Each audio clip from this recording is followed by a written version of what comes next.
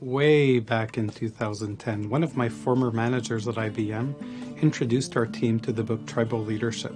He read it, loved it, and wanted to introduce the team to the 5 tribal stages in the book.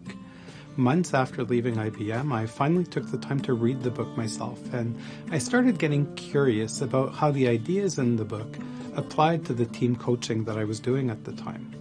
So I did a bit of research, and I discovered that CultureSync, the company of 2 of the authors of the book, offered a training program on the subject matter, so I signed up for it. And I did their 2 intensive programs as well as their approved Tribal Leader program. The personal development work that I did inside that program changed my life and forever changed how I work with my clients.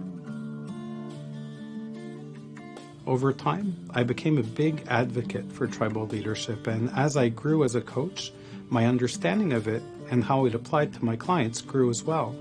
It gave me new ways to both understand and talk to the leaders that I worked with.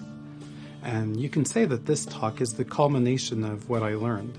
This was one of my signature talks for close to 4 years, believe it or not. And during that time, my understanding of the topic kept evolving, and I saw new ways of seeing these stages unfold inside the workplace.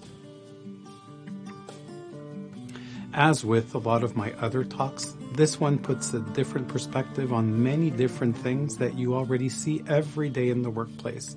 I feel bad sometimes when I give this talk because it actually gives people a nice way to label the people around them.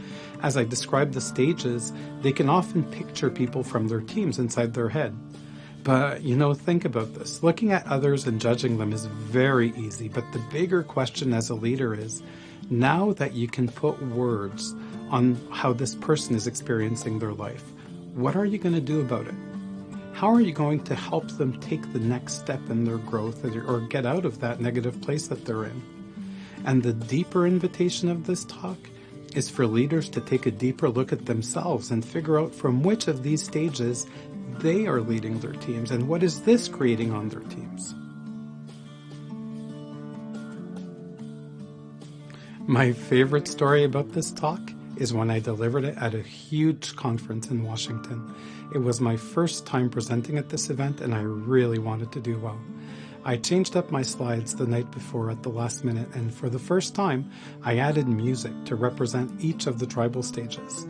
Now, to get how funny this actually was, you need to understand that doing something like this, adding music to a presentation, so not me.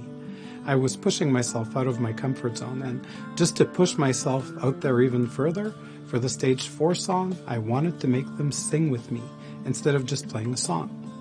So we get to the moment, and there's a bunch of people in the room, and I tell them we're going to sing, and someone in the audience suggests, "We are the champions!"